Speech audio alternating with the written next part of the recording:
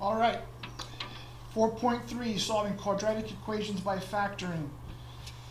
Students will be able to look for and identify clues in the structure of an expression in order to rewrite it in another way.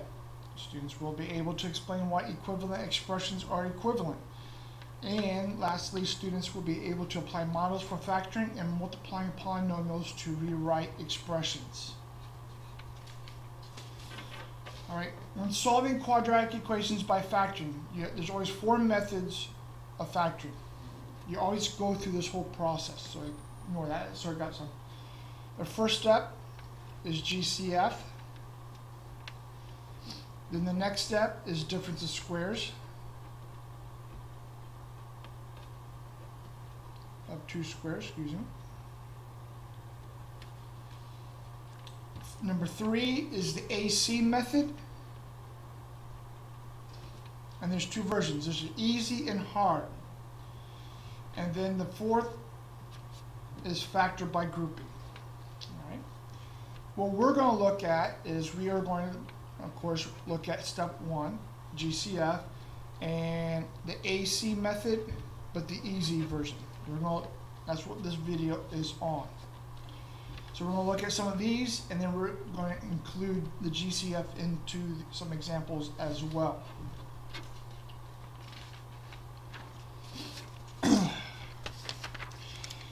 All right, let's look at the easy AC, trinomials of the form ax squared plus bx plus 3. In other words, must have 3 terms.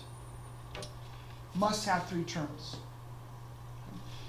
Where A and C, so we're looking at the term with the x squared, and we're looking at the constant term. That's where the AC comes from. Right now, what makes it easy is when A is equal to 1. So for example, x squared plus 5x plus 6. So A is 1 and C is 6. Right? The key is here is A is 1. So the method I'm going to show you how to do this is very easy. When factoring this, we're going to factor into 2 binomials. And you're going to ask yourself this question.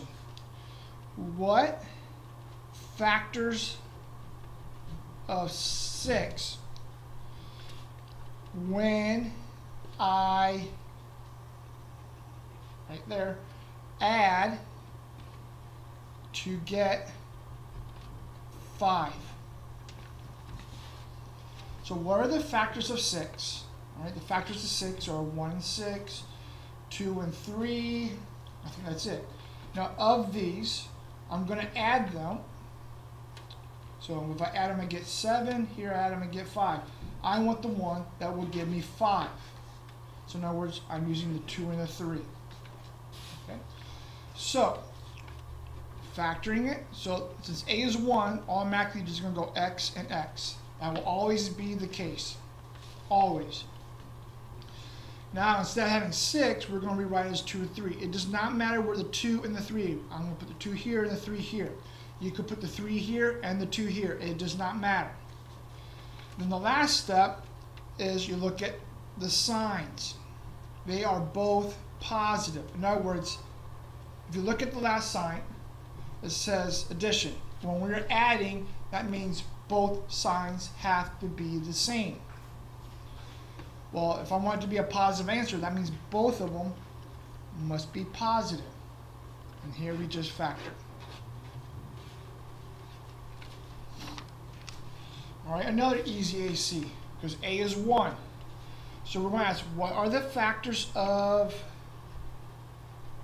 15 that if I subtract, that will give me 2? So what are the factors of 15? So we've got 1 and 15, 3 and 5, 4, 5. Nope, that's it. So now if I'm going to subtract, so 15 minus 1 and 1 minus 15 will eventually give me either positive or negative 14. If I subtract these, I either get a positive or negative 2. And I want 2. Right? So therefore, I use those factors. So parentheses, x and x. Your choice is put 3 here and 5 here. Again, you put 5 there and 3 there. Now this is a minus here. or a subtraction. So that means the signs have to be opposites. That means this or this. One of these has to be positive, one will have to be negative. Well, how do I know which one's which? Well, you look here.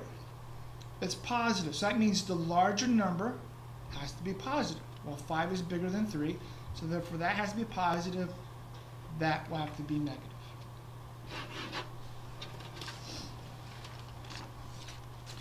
All right, another easy AC. But first, you notice I have something in common in all three terms. 2, 2, and 24. I can factor out, divide by 2 gives me 1, 1, and 12.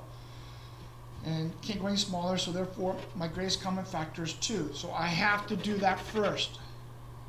So I'm going to factor out 2. So when I do that, I get x squared minus x minus 12. All right, now I'm going to try and factor that.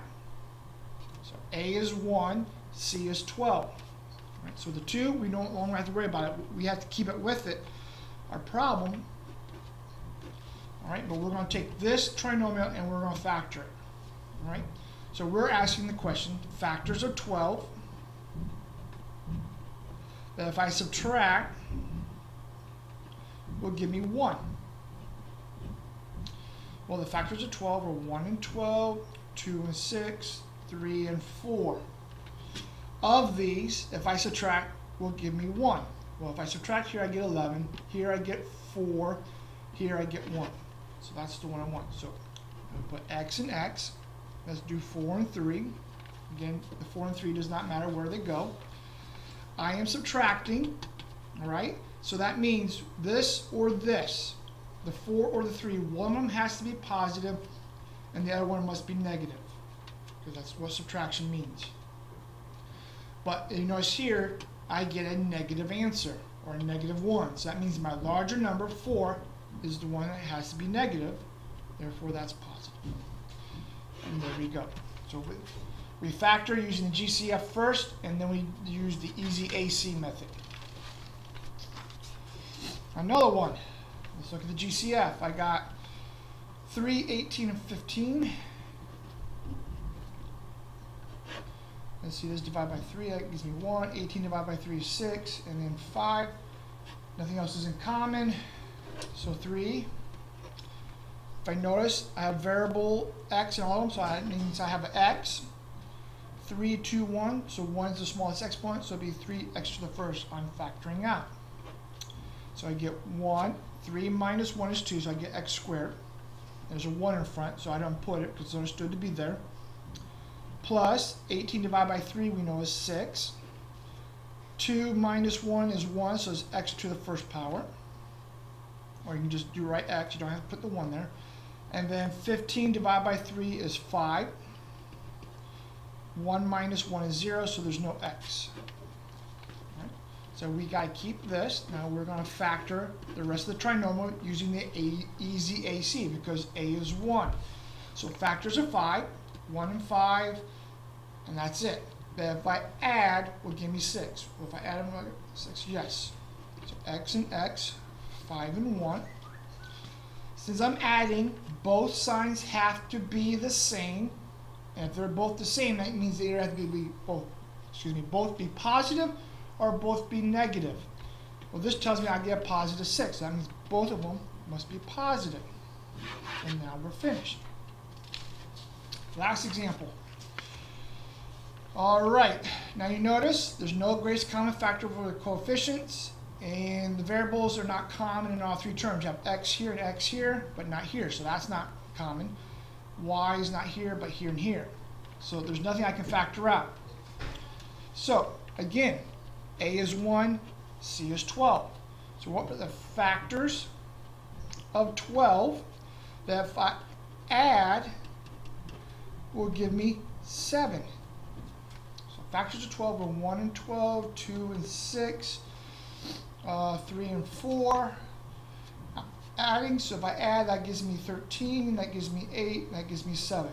And I want the one with the 7. So those are the two I'm going to use it.